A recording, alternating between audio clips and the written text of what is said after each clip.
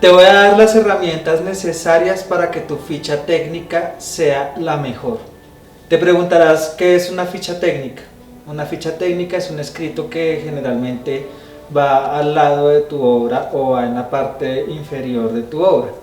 Esta ficha técnica es la descripción concisa y contundente de la pieza que tú estás exponiendo o la pieza que estás divulgando al público. Normalmente la ficha técnica se ubica dependiendo del lugar que defina el curador o la persona que esté exponiendo tu obra, y va o bien sea al costado izquierdo o derecho, o puede ir en la parte inferior de tu obra, hacia abajo o en una de las esquinas de la obra. Esta ficha técnica normalmente se imprime en un papel duro y se imprime también, al igual que el statement, de una manera con una fuente legible y con una fuente lo suficientemente grande para que se vea todo el contenido que vas a exponer. Los elementos más importantes que hay dentro de la ficha técnica son la categoría, la subcategoría, el nombre del autor, la técnica del autor, el año y el valor de la obra. Normalmente vienen estos elementos que vamos a describir a continuación de manera detallada. Primero, la categoría. Corresponde a la catalogación en la que está la obra. La obra puede estar catalogada como una serie, puede estar catalogada como una colección, puede estar catalogada como un corpus de obra más grande. Entonces, en esta primera fase, lo que vamos a poner es esa descripción. La subcategoría. La subcategoría se refiere al contexto y al estilo de la obra. Puede ser pintura moderna, puede ser pintura barroca, puede ser escultura.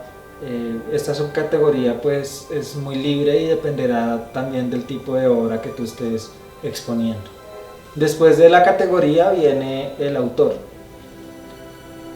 Ahí viene tu nombre, tu seudónimo, puede ir, inclusive si es anónima pues ponen autor anónimo, dependiendo de lo que tú quieras expresar. Si quieres que la obra sea que hable por ti, pues entonces tú pones en la categoría de autor estas características. Las medidas.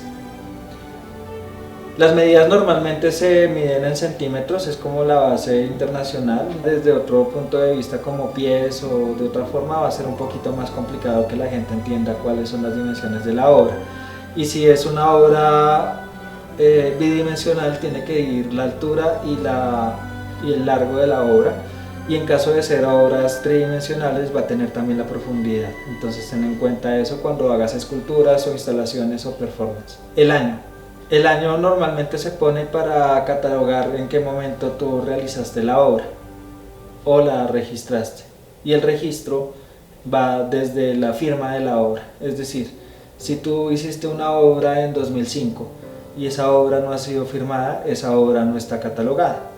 Por lo tanto, es muy importante que la pongas desde la fecha de la catalogación en lugar de la fecha de creación de la obra. La tasación. La tasación corresponde a el costo de tu obra, y ese es un tema que vamos a abordar específicamente en la realización de otro video que me parece importante comunicar con ustedes.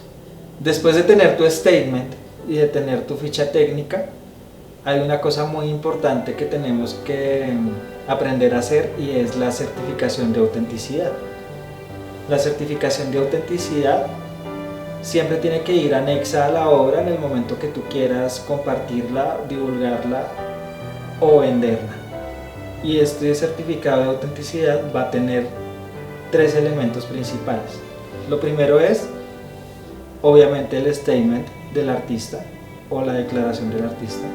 La segunda herramienta que va a tener siempre es la ficha técnica, que la acabamos de ver. Y la tercera parte que va a incluir ese certificado de artista va a ser la descripción técnica de la obra. Entonces, ya les expliqué anteriormente qué significaba el statement y cómo se realizaba. Ya explicamos cómo realizar la ficha técnica. Ahora, la descripción técnica de la obra va a depender de la obra en sí. Entonces, si tú pintaste un paisaje, tienes que decir que es un paisaje. y especificar cuáles son los contenidos que tiene este paisaje. Si tú, por ejemplo, lo que hiciste fue hacer una fotografía de retrato, tienes que especificar la historia de por qué está esta fotografía y por qué existe. En caso que tú hayas hecho una serie fotográfica, tienes que decir, por ejemplo, que hace parte de una serie fotográfica, etcétera. O sea, esto es totalmente libre y puede desplegarse de la cantidad, o sea, el tamaño que tú quieras. Muchas veces estas especificaciones técnicas también tienen que ver con el proceso de montaje de la obra en sí. Si tú creaste, digamos, una obra bidimensional que quieres que sea expuesta de una manera específica, tienes que escribir dentro de estas especificaciones técnicas que tiene que tener cierto tipo de iluminación, que tiene que estar ubicada a cierta altura, que tiene que estar enmarcada de cierta manera. De ese modo tu obra va a estar expuesta de la manera que tú desees y no como lo haga el coleccionista o el curador que tú contrates o que contrate tu obra o que la compre. Otra cosa muy importante que tiene que ir dentro de tu certificado de artista son las fotografías de tu obra. La fotografía de la obra viene siendo casi tan importante como la obra porque es la forma en que tú vas a digitalizarla o que vas a imprimirla. Y esta catalogación de la fotografía viene ya de la parte de memoria y registro, que lo veremos en un próximo video. Espero que estas herramientas te hayan servido para entender cómo se puede mercadear tu obra y nos vemos en una próxima ocasión. Para mí es súper importante en mi trabajo creativo el contacto con otras personas. Yo me he enfocado en el trabajo de creación colectiva, tanto en el performance como en audiovisual, en animación, porque son básicamente trabajos que se hacen en equipo. Y cuando aparece la pandemia, pues quedamos aislados, restringidos y encerrados. Y pues esto significó una cantidad de grandes cambios en nuestra cotidianidad, en nuestro estilo de vida, en la manera de relacionarnos con otras personas, en las metodologías de trabajo y también incluso en el ámbito familiar y de los afectos. Se cerraron los espacios de circulación, los teatros, los escenarios, la calle misma, y esto pues nos llevó a un estado de precariedad económica, de aislamiento también emocional, de depresión en muchos momentos, de angustia, de incertidumbre, de unos acontecimientos que nos rebasaban porque pues no estaba en nuestras manos tomar una solución inmediata. Sin embargo, en esas circunstancias empezamos como a ver otras facetas que no habíamos visto de nuestra propia personalidad, empezamos a encontrar otras formas de encuentro con nuestros seres queridos y también con las personas con las que trabajamos. Encontramos también espacios de trabajo y unas metodologías que antes eran un poco teóricas, porque pues ya sabíamos que existían las teleconferencias, sabíamos del streaming, sabíamos de la existencia de algunas plataformas colaborativas, pero pues no eran los espacios en los que habitualmente desarrollábamos nuestro trabajo, y estas plataformas nos permitieron avanzar creativamente y también saber que los espacios de trabajo, la gente con la que trabajamos, no son solamente relaciones laborales, sino que son unos vínculos solidarios y afectivos muy fuertes que nos permitieron colaborar en estas nuevas formas y sobrevivir. Y fue a través de estos espacios como encontramos oportunidades de formación, oportunidades de creación y oportunidades también para ayudarnos en cosas supremamente prácticas, como la entrega de alimentos a quienes no lo tenían en ese momento, En algunos momentos fui yo quien recibió la ayuda solidaria, por ejemplo, de la red comunitaria trans, por ejemplo, del programa de performance Perfo Artnet, que también armó una red de solidaridad entre artistas.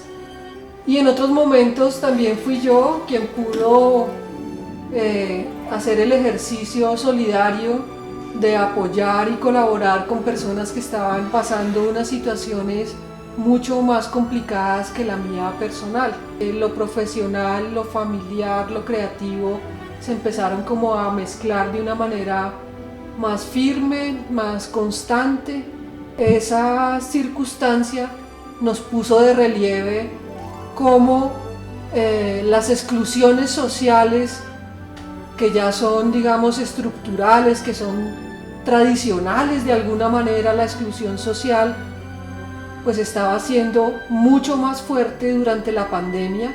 O sea, quienes han sido excluidos históricamente, pues vivieron con un mayor rigor la pandemia, y digamos la manera de enfrentar esto fue la que siempre ha sido históricamente para los que han estado excluidos, que es organizarse, ser solidarios y tejer colectivamente las soluciones posibles.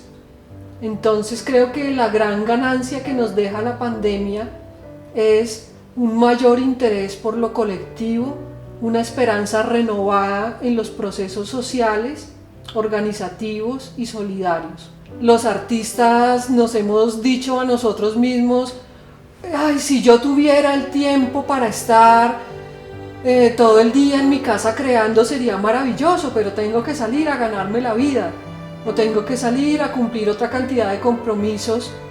Y resulta que por fin tuvimos un tiempo para estar totalmente inmersos en nuestro trabajo creativo, y tuvimos también como muchas oportunidades formativas. Creo que tuvimos acceso también como a algunos espacios que se abrieron a propósito de la pandemia. Se ofrecieron programas gratuitos o de muy bajo costo para educarnos en algunos campos, que justamente dentro de la pandemia el tema tecnológico, el acceso a la internet, la democratización de la información, la alfabetización digital, son como factores que en adelante pues se van a quedar.